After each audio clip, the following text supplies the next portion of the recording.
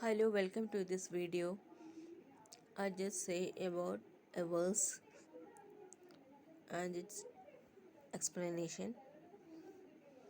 சங்கீதம் 91 10வது வசனம். ஆகையால் பொல்லாப்பு உனக்கு நேரிடாது, வாதை உன் கூடாரத்தை அணுகாது. பொல்லாப்பு உனக்கு நேரிடாது, பொல்லாப்பு பிரச்சனைகள் போராட்டங்கள் இது உனக்கு நேரிடாது, வாதை உன் கூடாரத்தை அணுகாது. அநேக நோய் நொடிகள் நாம் பார்க்கிறோம், அது ஒன்று வராமல் இருக்க வேண்டுமானால் இந்த வசனத்தை வாசிக்க வேண்டும். கர்த்தர் தாமே இந்த வசனத்தினால் நம்மளை ஆசீர்வதிப்பாராக. முக்கியமாக இந்த பொல்லாப்பு உனக்கு நேரிடாது, வாதை உன் கூடாரத்தை அணுகாது. பொல்லாப்பு பிரச்சனைகள், போராட்டங்கள், சோர்வுகள், அசதிகள் எல்லாம் ஆண்டவர் மாற்றி போடுவார்.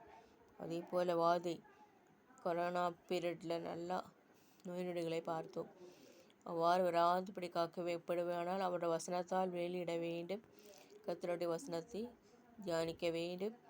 அதற்காக நாம் முயற்சிக்க வேண்டும். கர்த்தர் தாமே ஆசீர்வதிப்பாராக. ஆமீன், ஆமீன்.